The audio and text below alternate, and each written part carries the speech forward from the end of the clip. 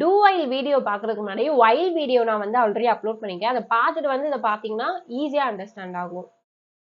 நம்ம அங்க whileல என்ன பார்த்திருந்தோம்னு பார்த்தீங்கன்னா, ஒரு பிளாக் ஆஃப் ஸ்டேட்மெண்ட்டை திரும்ப எக்ஸிக்யூட் பண்ணோம். எப்ப வரைக்கும் பார்த்தீங்கன்னா, அந்த கண்டிஷன் ஃபால்ஸ் ஆகுற வரைக்கும் திரும்ப எக்ஸிக்யூட் பண்றது தான் என்ன அப்படின்னா while அப்படின்னு பார்த்திருக்கோம். இந்த இடத்துல சேம் கான்செப்ட். அதுக்கு முன்னாடி இந்த இடத்துல ஒரே ஒரு வேர்ட் மட்டும் உங்களுக்கு வருது பாருங்களேன், do அப்படின்னு சொல்லிட்டு வருதா. ஸோ ஒரு விஷயத்த நீ பண்ணிட்டு அதுக்கடுத்து கண்டிஷன் செக் பண்ணுன்னு சொல்றோம். ஓகே, ஸோ அந்த இடத்துல நீங்க கண்டிஷனை ஃபர்ஸ்ட் செக் பண்ணு. ஸோ இதுதான் நமக்கு ஃபர்ஸ்டா வரும். அங்க whileல கண்டிஷனை ஃபர்ஸ்ட் செக் பண்ணு, அதுக்கடுத்து ஸ்டேட்மெண்ட்டை பிரிண்ட் பண்ணுன்னு whileல சொல்லியிருப்போம். இங்க நீ ஃபர்ஸ்ட் ஸ்டேட்மெண்ட்டை பிரிண்ட் பண்ணு, அதுக்கடுத்து நீ வந்து கண்டிஷன் எல்லாம் செக் பண்ணிக்கோ அப்படின்னு வந்து சொல்றோம். ஃபர்ஸ்ட் நான் ப்ரோக்ராம்ல எக்ஸ்பிளைன் பண்ணிடுறேன். இதுதான் வந்து தியரட்டிக்கலா இருக்க போகுது. ஸோ நம்ம வந்து நார்மல் while எப்படி யூஸ் பண்ணுவோம்? ஃபர்ஸ்ட் இனிஷியல் பண்ணுவோமா? கரெக்டா? ரெண்டாவது என்ன பண்ணுவோம்? அதுக்கு கண்டிஷன் கொடுப்போம். ஓகே, கண்டிஷன்ல i less than or equal to 5 வர எனக்கு வந்து பிரிண்ட் பண்ணுன்னு சொல்லி கண்டிஷன் கொடுப்போம். மூணாவது அதை நம்ம வந்து பிரிண்ட் பண்ணுவோமா? மூணாவது நம்ம வந்து அதை அப்டேட் பண்ணுவோம். ஸோ இதுதான் நார்மல் while. ஸோ இப்படி நான் கொடுத்தேன்னா எனக்கு என்ன அவுட்புட் கிடைக்கும்? 0 1 2 3 4 5 அப்படின்னு சொல்லி கிடைக்கும். இப்போதைக்கு கமெண்ட் பண்ணிருக்கோம். இதை இப்ப நம்ம அதை டூல வந்து போட்டுப்போம். ஸோ டூனா என்ன, ஃபர்ஸ்ட் இதை பண்ணு, அதுக்கடுத்து வந்து கண்டிஷன் செக் பண்ணுன்னு சொல்றோம். ஓகே, ஸோ இந்த டூ போடுறனால இந்த இடத்துல வந்து செமிகோலன் போடக்கூடாது. ஏன்னா செமிகோலன் போட்டோம்னா அப்படியே லைனை வந்து கண்டிஷனை செக் பண்ணாம வேலை பார்க்கும். அதனால whileக்கு பக்கத்துல தான் செமிகோலன் போடுறோம். ஏன் இந்த செமிகோலன் போடுறோம்? பிகாஸ் இதுக்கு கீழே வந்து நம்ம அந்த பிராக்கெட் யூஸ் பண்ணல. ஏன்னா இதுக்கு மேலதான் யூஸ் பண்ணிருக்கோம். இதை நான் வந்து பிரிண்ட் பண்றேன். எனக்கு என்ன ஆன்சர் கிடைக்குது? 0 1 2 3 4 5 அப்படின்னு சொல்லி கிடைக்குது. கரெக்டா? ஏன்னா ரெண்டுமே ஒரே வேலையை தானே பார்க்குறேன். என்ன டிஃபரன்ஸ் அப்படின்னு பார்த்தீங்கன்னா, இப்போ நான் கண்டிஷனை மட்டும் மாத்திரம் உங்களுக்கு வந்து கிளியரா புரியும். இப்போ நான் இனிஷியலா என்ன கொடுக்குறேன்னா ஒரு 4 கொடுக்குறேன். ஸோ அப்பனா இது எனக்கு எப்படி ஒர்க் ஆகும்? 4 கொடுத்தேன்னா இப்போதைக்கு ஐல என்ன வேல்யூ இருக்கு? 4 இருக்கு. 4 அடுத்த லைன் வந்து செக் பண்ணுது. எனக்கு வந்து 4 ஆட்டோமேட்டிக்கா பிரிண்ட் ஆயிடும். ஓகே, ஸோ 4 பிரிண்ட் ஆனதுக்கு அடுத்து ஐயை நம்ம வந்து இன்க்ரிமெண்ட் பண்றோம். ஐயை இன்க்ரிமெண்ட் பண்ணோம்னா எனக்கு என்ன ஆகும்? i equal to i plus 1 அப்படிங்கிறது மீனிங்கா? அப்படின்னா எனக்கு ஐயோட கரண்ட் வேல்யூ என்ன இருக்கும்னா 5 மாறிடும். ஸோ இப்போ இதுக்கு அடுத்து தான் வந்து கண்டிஷன் செக் பண்ணுது. I less than or equal to 5 அப்படின்னு செக் பண்ணுது. ஐல கரண்ட் வேல்யூ 5 இருக்கு. 5 less than or equal to 5 check பண்ணுது. கண்டிஷன் ட்ரூனால திரும்பியும் போய் டூவை பாக்குது. அப்போ அது வேலை பண்ணுச்சு அப்படின்னா எனக்கு இந்த இடத்துல பிரிண்ட் பண்ண சொல்லிருக்குமா 5 வருது. இப்போ அடுத்த ஸ்டேட்மெண்ட்டுக்கு வாங்களேன்.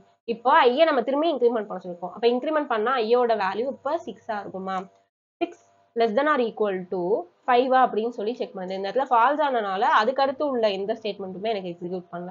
இப்போ இந்த இடத்துல நான் என்ன பண்றேன் அப்படின்னா கண்டிஷனை மட்டும் சேஞ்ச் பண்றேன்.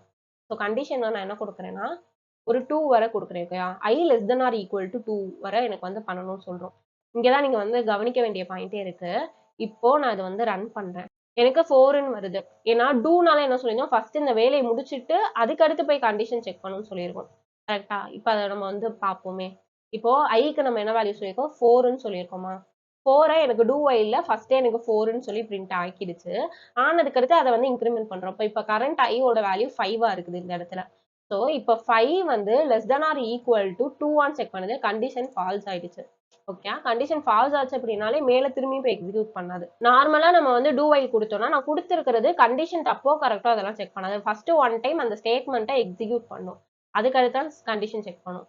ஸோ இப்போ நம்ம என்ன பண்றோம்னா இந்த டூ while எடுத்துட்டு நான் whileல ரன் பண்றேன். எனக்கு என்ன ஆன்சர் கிடைக்குதுன்னு மட்டும் பாருங்க.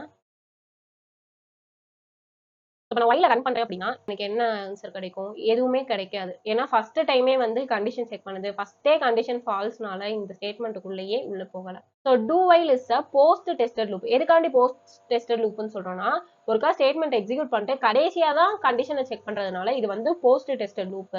whileல வந்து ப்ரீ டெஸ்டட் லூப்னு சொல்லியிருப்போம். அது ஃபர்ஸ்டே கண்டிஷன் செக் பண்றதுனால ப்ரீ டெஸ்டட், இது வந்து post tested. Okay, so then வந்து it's execute the loop body first இந்த பாடியை தான் எனக்கு என்ன பண்ணுதுன்னா எக்ஸிக்யூட் பண்ணுது. அதுக்கு அடுத்து தான் கண்டிஷனை வந்து செக் பண்ணுது. ஓகேயா? ஸோ அதுதான் திஸ் மீன்ஸ் எனக்கு கண்டிஷன் ஃபால்ஸா இருந்தா கூட even if the condition false at least ஒருக்காவது இந்த லூப் வந்து எக்ஸிக்யூட் ஆகும். அங்க நம்ம பார்த்துருந்தோம்ல கண்டிஷன் ஃபால்ஸ் ஆனா கூட அந்த 4 வந்து எனக்கு எக்ஸிக்யூட் ஆயிருந்ததுன்ட்டு. இதுக்கு அடுத்து நம்ம சின்டாக்ஸ் பார்க்குறோம். ஸோ சின்டாக்ஸ்ல நம்ம மேல டூ போடுறோம், கீழே while போடுறோம். ஸோ இந்த இடத்துல செமிகோலன் மட்டும் நீங்க வந்து மெயினா பார்த்துக்கோங்க. உள்ள நம்ம இந்த பிளாக் ஆஃப் கோடுக்குள்ள நம்ம வந்து ஸ்டேட்மெண்ட்ஸ் கொடுக்குறோம். Okay, next flow of execution என்னன்னா நம்ம அங்க பார்த்ததா லூப் பாடி எக்ஸிக்யூட் ஃபர்ஸ்ட் உள்ள இருக்க அந்த லூப் தான் ஃபர்ஸ்ட் எக்ஸிக்யூட் ஆகும்.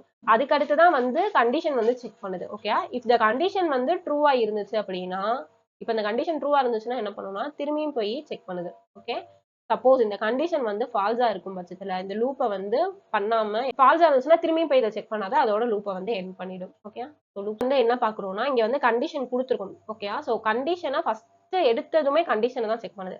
கண்டிஷன் செக் பண்ணிட்டு ட்ரூனா அந்த கமெண்ட்டை ரன் பண்ணிட்டு என்ன பண்ணுதுன்னா திரும்பியும் லூப் ஆகுது. ஸோ கண்டிஷன் ட்ரூவா இருக்கிற வரை இது எக்ஸிக்யூட் பண்ணுது. எப்போ என்னோட கண்டிஷன் ஃபால்ஸ் ஆகுதோ அந்த டைம்ல எண்ட் ஆயிடும்.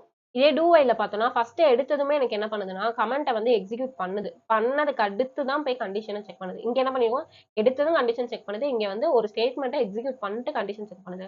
அது ட்ரூனா திரும்ப திரும்ப வந்து லூப் ஆக போகுது. லூப்னால என்ன இப்படியே போயிட்டே இருக்கும். ஸோ இந்த மாதிரி லூப் ஆயிட்டே இருக்கு.